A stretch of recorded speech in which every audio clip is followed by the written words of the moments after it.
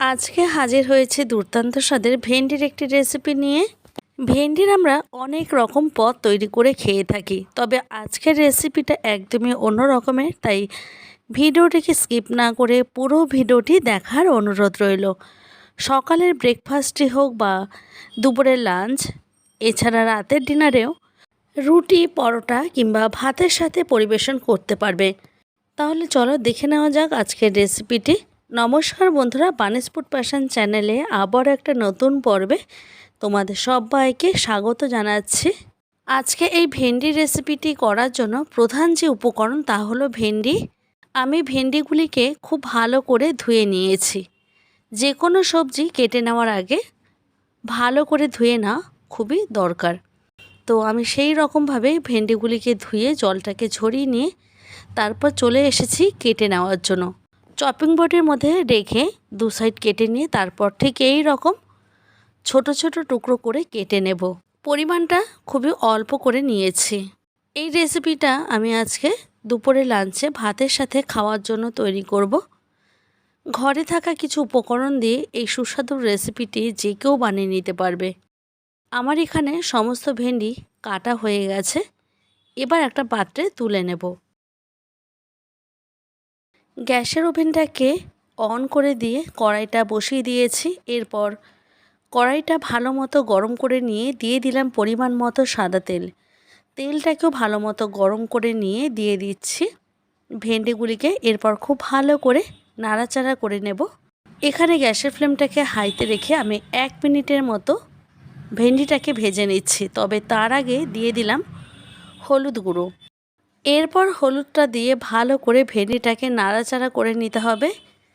এখনই আমি নুন ব্যবহার করব না, তাহলে ভেন্ডিগুলো একদমই নরম হয়ে যাবে। অন্যদিকে আমি আলুগুলিকে ঠিক এই রকম পাতলা করে কেটে নিয়েছি। এরপর ভালো করে ধুয়ে নিয়েছি। এখানে আমি যেরকম ভেন্ডির পরিমাণ নিয়েছি সেই অনুপাত বুঝেই আলুটাকে ব্যবহার করব। এদিকে দেখতেই পাচ্ছ আমার ভেন্ডি কিন্তু ভালো মতো ভাজা হয়ে গেছে। লো ফ্লেমে আমি আরও প্রায় 3 মিনিটের মতো ভেজে নিলাম। টোটাল 4 মিনিটের মতো ভেন্ডি আমি এখানে ভেজে নিয়ে তুলে নিচ্ছি। এরপর ওই কড়াইটাই বসিয়ে দিয়েছি, তাতে দিয়ে দিলাম পরিমাণ মতো সাদা তেল। সাদা তেলটাকে এখন হিটটাকে বাড়িয়ে দিয়ে গরম করে নেব। এরপর ফোড়নে ব্যবহার করছি গোটা জিরে। এরই সঙ্গে দিয়ে দিলাম কেটে ধুয়ে রাখা আলুটাকে। এখানে আমি একটা আলু ব্যবহার করেছি। আলুগুলিকে পাতলা করে নেওয়ার ফলে খুব অল্প সময় সেদ্ধ হয়ে যাবে। এরপর আলুটাকে ভালো করে নাড়াচাড়া করে নিতে হবে তেলের মধ্যে। লো ফ্লেমেই আমি এখন আলুটাকে ভেজে নেব। অন্যদিকে আমি একটা মশলা তৈরি করে নিচ্ছি। মিক্সিং জারে দিয়ে দিলাম একটা পেঁয়াজ। পেঁয়াজগুলিকে আমি 4 খণ্ড করে দিয়েছি। দিয়ে দিলাম আদা। এছাড়া এর মধ্যে দিয়ে দিচ্ছি রসুন 4 কোয়ার মতো। আর ব্যবহার করব ঝালের জন্য 2টো কাঁচা লঙ্কা। এখন মিক্সিং জারের মুখটাকে বন্ধ করে নিয়ে বেটে নিয়ে তারপর তোমাদের কাছে ফিরে আসছে। দেখতেই পাচ্ছ আমি ঠিক এই রকমভাবে একটু বেটে নিয়েছি। অন্যদিকে আলু আমার কিন্তু ভাজা হয়ে গেছে, প্রায় লাল লাল হয়ে গেছে। আমি লোতে রেখেই আমি মশলাটাকে করে নিয়েছিলাম। আরও 1 মিনিট আলুটাকে আমি ভেজে নেব। তো আমার আলু এখানে ভালো মতো ভাজা হয়ে গেছে। এখন আমি এর মধ্যে বেটে রাখা মশলাগুলিকে দিয়ে দেব, যেটা আমি মিক্সিং জারে বেটে রেখেছি।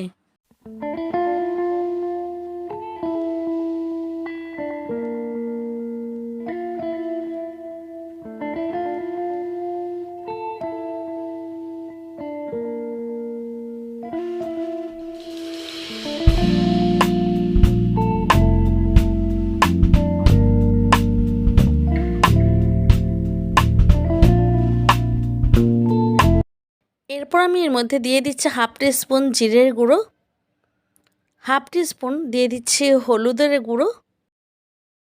এছাড়া আমি ব্যবহার করব এর মধ্যে কাশ্মীরি রেড চিলি পাউডার। খুবই সামান্য করে ব্যবহার করছি মশলা। এবারে সমস্ত উপকরণ ভালো করে এইভাবে আলুর মধ্যে মিশিয়ে নিতে হবে। চাইলে রেসিপিটা তোমরা একদমই নিরামিষ পদ্ধতিতে তৈরি করে নিতে পারো। সেক্ষেত্রে পেঁয়াজ রসুনটা ব্যবহার না করলেও হবে। তাতেও রান্নাটা ভীষণ টেস্টি হবে। আমি এখানে একদমই ধনের গুঁড়ো ব্যবহার করব না। আর দিয়ে দিলাম যেটা স্পেশাল মশলা, সেটা হচ্ছে টক দই। টক দই আমি 2 টেবিল চামচ ভর্তি করে ব্যবহার করেছি। এটা ঘরে পাতা টক দই। এখন টক দইটাকে ভালো করে এর মধ্যে মিশিয়ে নিতে হবে।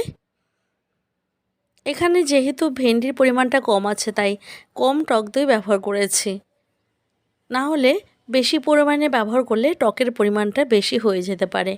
আলুটা সেদ্ধ হয়েছে কিনা সেটা দেখার জন্য চেক করে নিলাম। আচ্ছা, এবার আমি দিয়ে দিচ্ছি নুন টেস্ট অনুযায়ী। এখন নুনটাকে ভালো করে এর মধ্যে মিশিয়ে নিতে হবে। মশলা আমার এখানে খুব ভালো মতো কষানো হয়ে গেছে, তেলটাও কিন্তু সেপারেট হয়ে গেছে। এই পর্যায়ে এসে দিয়ে দিলাম মিক্সিং জার ধোয়া জলটা। আলু আমার এখানে সেদ্ধ হয়ে গেছে, তাই রান্নাটি করতে আর বেশি একদমই সময় লাগবে না। এবার গ্যাসের ফ্লেমটাকে একটু হাইতে করে রান্না করে নেব। জলটা আমি পরিমাণ মতো ব্যবহার করেছি। তোমরা তোমাদের পছন্দ অনুযায়ী গ্রেভির পরিমাণটাকে কম বা বেশি করে রাখতে পারো। এখন আমি গ্রেভিটাকে ফুটে ওঠা পর্যন্ত অপেক্ষা করব। গ্রেভি দেখতেই পাচ্ছ ফুটতে শুরু করেছে। আমি আমার চ্যানেলে সবসময় চেষ্টা করি কম তেল এবং কম মশলায় সুস্বাদু রান্না শেয়ার করার। তাই ভিডিওগুলি যদি তোমাদের ভালো লেগে থাকে তাহলে একটি শেয়ার করার অনুরোধ রইল। অন্যদিকে এখানে গ্রেভিটা খুব ভালো মতো ফুটতে শুরু করেছে। আমি এখানে 2 থেকে 3 মিনিট হাই ফ্লেমে ভালো করে রান্না করে নেব। গ্রেভিটা যখন ভালো মতো ফুটে উঠবে সেই পর্যায়ে এসে দিয়ে দিতে হবে ভেজে রাখা ভেন্ডিগুলিকে। ভেন্ডিগুলি যদি খুব আগে দেওয়া হয় তাহলে একদমই নরম হয়ে যাবে। সেক্ষেত্রে গ্রেভিটা ভালো মতো ফুটে ওঠার পর আমি ভেন্ডিগুলিকে দিয়ে দেব। আগে যেহেতু 4 মিনিটের মতো ভেন্ডিটা রান্না করা আছে তাই আর একদমই সময় লাগবে না। এবারে লিডটা চাপা দিয়ে ঢেকে রেখে দিলাম। প্রায় 5 মিনিট পর ফিরে এসে আমি ঢাকনাটাকে তুলে নিয়েছি। আবারও ভালো করে নাড়াচাড়া করে নিতে হবে। এখানে ভেন্ডি এবং আলু আমার খুব ভালো মতো সেদ্ধ হয়ে গেছে। হাতে যদি 10 থেকে 15 মিনিট টাইম থাকে এই রেসিপিটা চটজলদি বানিয়ে নেওয়া যায়। গরম ভাতে এই রকম একটা ভেন্ডি রেসিপি হলে কথা দিচ্ছি মাছ মাংস ফেলে খেতে বাধ্য হবে, এতটাই সুস্বাদু লাগে। আবারও ভালো করে নাড়াচাড়া করে নিলাম। আমি একটু নুনটা চেক করেছি, তো নুন আমার একদম পারফেক্ট হয়েছে। এখন গ্যাসের ফ্লেমটাকে আমি বন্ধ করে দেব। একটা সার্ভিং বলে আমি ভেন্ডিটাকে তুলে নিচ্ছি। আজকের এই কম তেল মশলায় ভেন্ডির রেসিপিটি তোমাদের কেমন লেগেছে অবশ্যই কমেন্টের মাধ্যমে জানাতে পারো। ভালো লাগলে প্রচুর প্রচুর লাইক এবং শেয়ার করার অনুরোধ রইল। তোমাদের একটি লাইক, একটি কমেন্ট এবং একটি শেয়ার আমাকে আরও নতুন ভিডিও তৈরি করায় মোটিভেট করে। দেখা হবে অন্য কোনো ভিডিওতে। তোমরা সবাই ভালো থেকো, সুস্থ থেকো। আজকের ভিডিওটি আমি এখানেই শেষ করছি। আমার নতুন এবং পুরনো বন্ধুদেরকে জানাই অসংখ্য ধন্যবাদ এইভাবে প্রতি মুহূর্তে আমাকে সাপোর্ট করার জন্য।